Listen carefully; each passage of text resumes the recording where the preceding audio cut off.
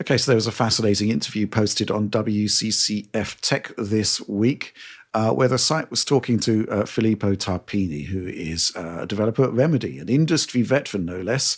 And basically, he's becoming a bit of a, how can we say it, a savior for HDR in gaming. It's one of these situations where HDR is awesome. It's potentially game changing. I think, John, you talked about it, how much of a difference it made in Metroid Prime 4 this week. And I think it's fair to say that things aren't going to plan with HDR, and Filippo's trying to do something about it, right, John? Yeah, so he's basically become an HDR evangelist, and is pushing all sorts of solutions, and he's done mods and stuff for games. Luma, I believe it's called. That's what he's been working on. And which was instantly made available for things like Hollow Knight Silksong, by the way, which I Right. used straight away. And yeah, the idea is that a lot of developers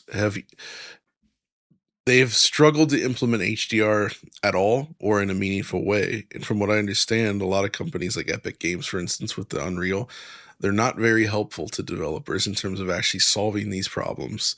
And there's not a lot of good documentation out there in terms of how to implement it. And so a lot of developers are just sort of left hanging in the wind. If they want HDR, they kind of got to go at it for themselves and figure it out. And it's not trivial. It seems like it might be, but it's really not. There's a lot of factors to consider. And Filippo specifically has spent a lot of time figuring that out. And the results, based on his work, I would say he absolutely knows what he's talking about. And the key that you want from a good HDR experience really is this strong contrast between absolute darkness up through extreme brightness.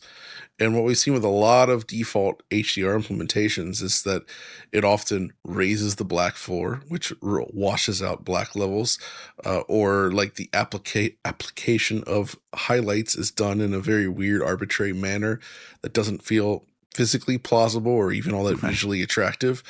Kirby Air Riders is one of the worst I've seen at this, where the whole game has this sort of like dull, washed out tone in HDR, except for the craft exhaust effects and particles, which are uniformly bright in a way that looks incorrect.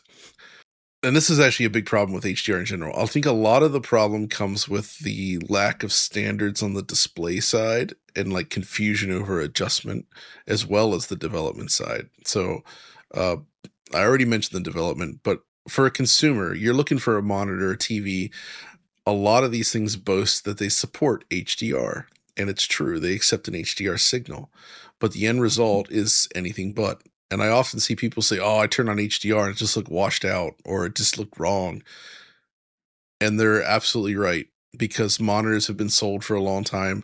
They often call it the HDR 400 nit range, but it's usually LCDs that max out around 400 nits, which is not bright enough for HDR. LCDs that have like a uniform backlight or edge lighting. They can't do the more per pixel or zone based sort of dimming that is necessary to pull it off. Like if you have like a nice micro LED or mini LED, both are things, but like an array of individual lights that you can toggle, or individual per pixels like on an OLED screen, and you can support high brightness, you can get great results. But it's these lower end so-called HDR compatible displays, they just don't fit the bill and they don't look good. And I think it negatively colors people's perception of HDR, which then reinforces to developers that we don't need to bother with this, or it's not worth tweaking that much. And it's made worse the fact that Nintendo shipped the Switch 2 with a supposed HDR screen that falls exactly into this trap, and it looks like garbage. So people see that and they think, "Oh, this is what HDR is?" Blah. Or like, this doesn't really do anything. And they're right, because it doesn't. On the Switch 2 screen, it's not good enough. It's exactly like these bad monitors. And that sucks, because all of these things coalesce together to create an atmosphere where it's really hard to get anything HDR out the door and show people what it should look like. But when you actually sit someone down in front of a proper HDR screen with a game that's well calibrated or a film, and you show them what it brings to the table, I think most people would agree it's actually game changing. Like it genuinely like transforms the atmosphere in the image you get.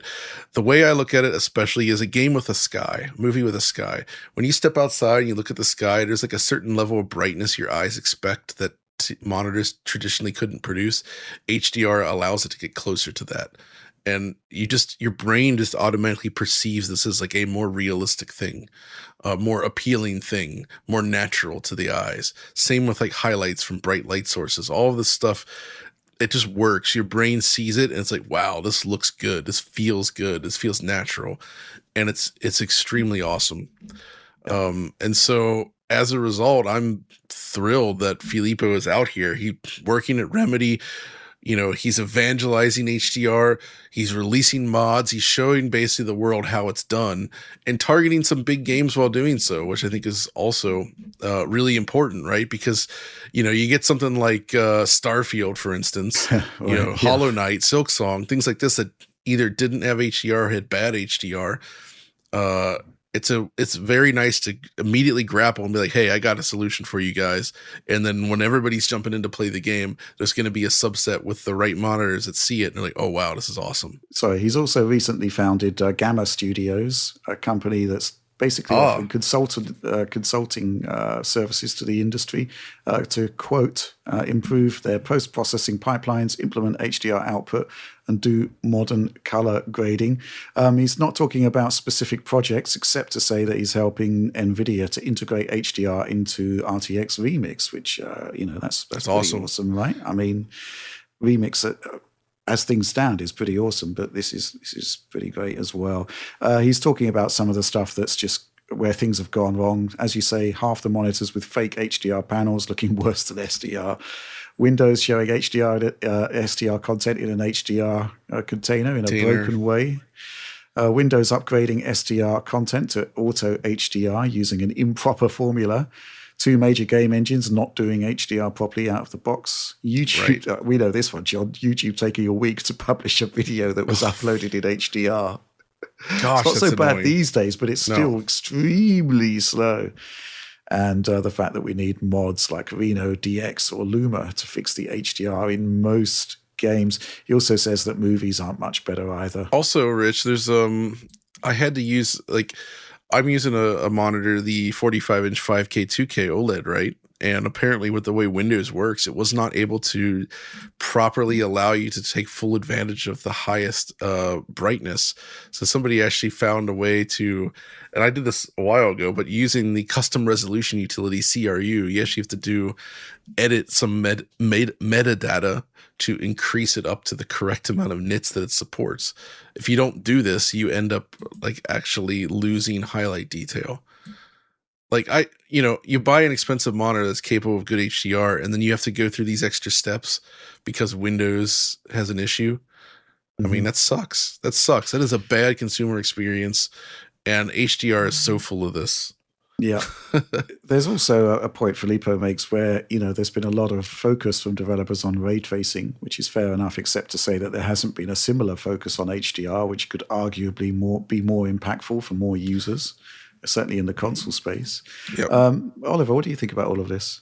I have kind of complex feelings about HDR and the format overall. But I think this article makes a couple mistakes right off the bat. Not Filippo, but the article author. First, right. he says that he complains about some games not having HDR support recently, and he says that's a slap in the face because HDR panels can do over 2K nits while SDR panels can only do 100 nits, and that's just not correct, right? High brightness displays can display HDR and SDR signals. SDR is a relative brightness standard. It can work well at low luminance and high luminance. It's not necessarily stuck to 100 nits or whatever. Yeah. And then there's also this comment about Rec 709, or really technically BT 1886 being inferior to Rec 2020, which is capable of displaying a much wider gamut. But in practice, you know, when you're combining RGB, there are only so many colors you can make. And indeed, in content that is actually displayed using Rec 2020, oftentimes there's not a huge difference in colors. Games can do a little bit more with that than films because films are limited by the properties of natural light, which doesn't really display those colors too well. But anyways, those are just a couple of minor critiques with the article framing itself, not with what Filippo's saying. But I think the interview, I think, is interesting because he's getting at some fundamental tensions. One tension is, do you grade in SDR first or HDR first? And to what extent should those grades differ in terms of final output on display? So should you create a really punchy HDR image or a more subdued one that comes closer to the SDR presentation? And a lot of colorists and artists would say, I want those grades to match, but modern display tech kind of pushes you in the former direction. And indeed, the former look is very appealing. So what do? I don't think that question is settled, even within major game studios that are shipping HDR titles, right? That's a key question. And the other question is, who are you creating this HDR picture for? Someone with a really high-end configuration that's perfectly calibrated, or someone with a lower-end configuration that's maybe more typical, or potentially in a situation where the things might be miscalibrated. Filippo touches on some issues potentially here with the hardware formats that you might see a game on, indeed that you might see a game displayed in a panel that's not really capable of HDR, but is marketed towards being capable of HDR and these kinds of issues, right? Even this article, I noted, is formatted in SDR, right? The article itself, the imagery in the article, they could have formatted that using HDR metadata. They could have captured it in HDR. They did not.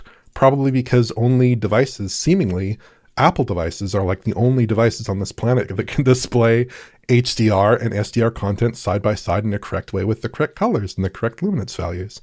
That is like really unusual here. So yeah, they've displayed this entire thing. Whoa. Are you asking Microsoft to get Windows 11 to do that? Well, I mean, it's just ridiculous because like macOS handles this perfectly. Windows is like atrocious with this. It's just completely broken. You always have to switch between HDR and SDR to get proper looking imagery on your display. Do. Yeah, so that's a bit of a shame. But also with Filippo says, I think there are a couple of points I wanted to make here. He basically says the fact is that SDR has never been standardized around display brightness. And that's true, but also the human visual system is a relative visual system. Like when I'm looking at a phone in a dark room versus outside in the sun, I'm getting a very different experience in those phones because my eyes are adapting to light, right? The pupil opens. With HDR, oftentimes it is an absolute brightness standard, as Filippo says, but it's also a relative brightness standard because we end up saying, okay, here's 1,000 nits on your display. But then you end up saying, okay, well, here's HGIG, here's dynamic tone mapping, here's all these technologies, because I don't actually want 1,000 nits on my 2,000 nit display. I want 2,000 nits on my 2,000 nit display. So we almost always end up back at relative brightness from absolute brightness. That's a common misconception here. Ultimately, like, I do think that there's also just an element to this where you end up with this SDR versus HDR grading issue that doesn't always favor HDR in the sense that SDR is the default. It looks good in a broader range of circumstances. It's less sensitive to calibration errors, it encodes and transfers better to different recorded mediums, which we certainly know, and it avoids poor transfers from absolute brightness to relative brightness because we almost always end up back up at relative brightness, even though it's an absolute brightness standard. So I think ultimately, like, there are so many issues, and if I'm a game developer and I'm looking at this situation, especially if I've worked in SDR for my entire professional life, and I'm looking at a format, I'm primarily delivering to SDR formats for the gamers who are playing these games, and I'm looking at HDR, and I know I'm going to do a bad job with HDR because Unreal doesn't even support half the things I need and all these different aspects. Like, I'm really sympathetic to the position of the game developer in this situation. And I'm probably a little bit colder on I need HDR for everything. Like, I think HDR is great for a lot of different things. I think it's great for high brightness displays. I think it's fantastic. But it's not a panacea in every situation. It's just basically a way of addressing super high brightness displays. But it's not necessarily like this just ship HDR. And obviously there's so much complication here, right? And that's part of the problem I think Filippo is expressing, and also what Rich and John have expressed as well. What is the max nits of your current main display in SDR, Oliver? I have a 2,000 nit roughly television, two 2,000 nit televisions, and then one 1,500 nit monitor, 1,600 nit monitor.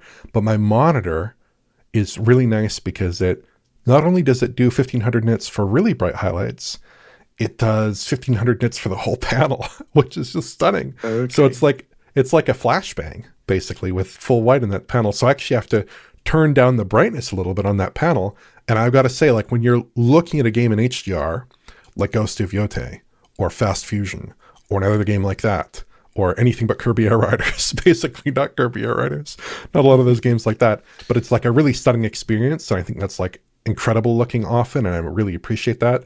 But also you have to recognize that, like, that, you know, that mini LED monitor that I have is like probably the best in the business for blinding people. And like, there are a lot of panels that aren't like that, right? Yeah, I was just wondering if you could catch a suntan off it. It's very uncomfortable to look at if you like your brightness. I know that. Yeah, if you push it, but yeah.